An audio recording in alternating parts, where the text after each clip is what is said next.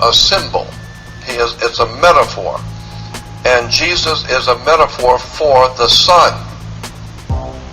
And so boiling it down, Christianity is sun worship based on astrology. Because nobody owns the sun. Africans don't own it. And we don't own the sun. So obviously the sun belongs to God. So it's God's son. And he's the light of the world. Of course the sun's the light of the world. What else lights the world if it's not the sun? And he has 12 helpers. Of course, the 12 signs of the zodiac, the 12 months of the year. He is our risen Savior. Of course, it rises every morning about 5:30.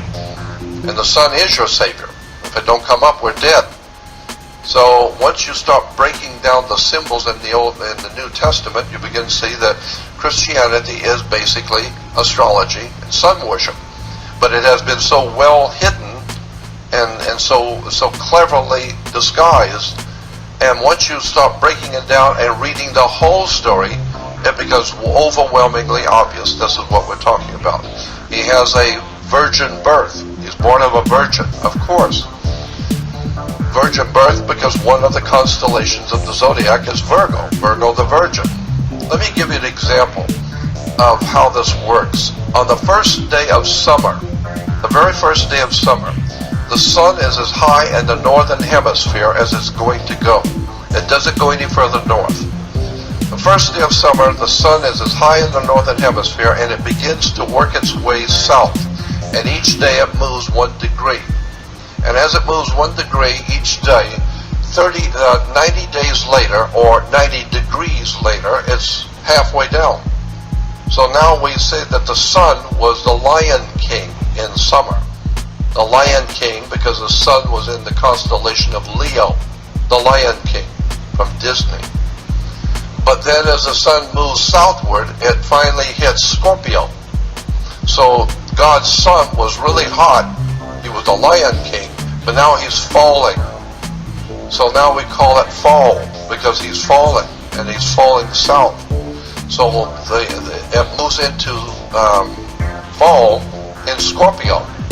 This is why Judas gives Jesus the kiss of death, because Judas represents Scorpio, and Scorpio gives the God's son, the light of the world, the kiss of death. And now he's going to die in Capricorn. He's going to die and go all the way down.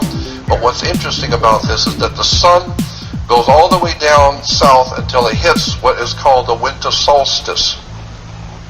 And that's on December 22nd, the sun hits the lowest point on the sky in the south on December 22nd. It's called the winter solstice, the beginning of winter. And for 3 days, the United States Navy will show and explain it to you that the sun comes up for 3 days, 22nd, 23rd, and 24th, on the same degree. It doesn't go any further south, and it doesn't come back north. But on the same degree that it was on December 22nd, the sun rises the next 2 days, 23rd and 24th, on the same degree. So the ancient people said that the sun was alive. The lion of the tribe of Judah, Leo, he got the kiss of death from Scorpio, and now he is 3 days, he's not moving at all. So therefore he's in his tomb for 3 days. Then on the 25th of December, the sun moves 1 degree northward. And you can calculate that, as the Navy does. You can calculate, very slight, but if you've got the right instrument, you can see the sun move 1 degree northward. Therefore, it came back to life.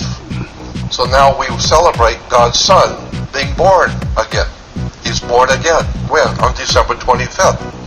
So we celebrate Christmas on Christ's Mass. But as the sun moves back toward the northern hemisphere, it crosses over the equator at spring, because he was dead in winter. Now he's springing back to life. So as he comes back to life and crosses over the equator, there was a celebration called the Passover, because the sun has passed over the equator, coming back to the northern hemisphere. And so today we even say when someone dies, we say grandmother passed last night, grandfather passed away, or they passed on. But always past was associated with death. So God's son has passed over the equator. So once a year, around the world, the Jews celebrate the Passover, which is nothing more than the sun passing over the equator. And Christians, of course, cannot do that because that's Jewish, and they wouldn't want to have anything to do with the Jewish celebration. So Christians have a totally different celebration. They call it the resurrection of God's Son. And so they go out on the Passover and go out and have something called the Easter sunrise service. So you actually have Christians going out and waiting for the sun to come up for something called a sunrise service. I mean, what is that all about? The Christians are worshiping the sun, and then when you start looking at how the word S-O-N and S-U-N are interchangeable in Christianity, and God knows there's a lot of information on that. So that basically you boil down Christianity is sun worship, astrology. Old Testament is astrology, sun worship. Yahweh, as I said, was associated with the sun and the planet Saturn.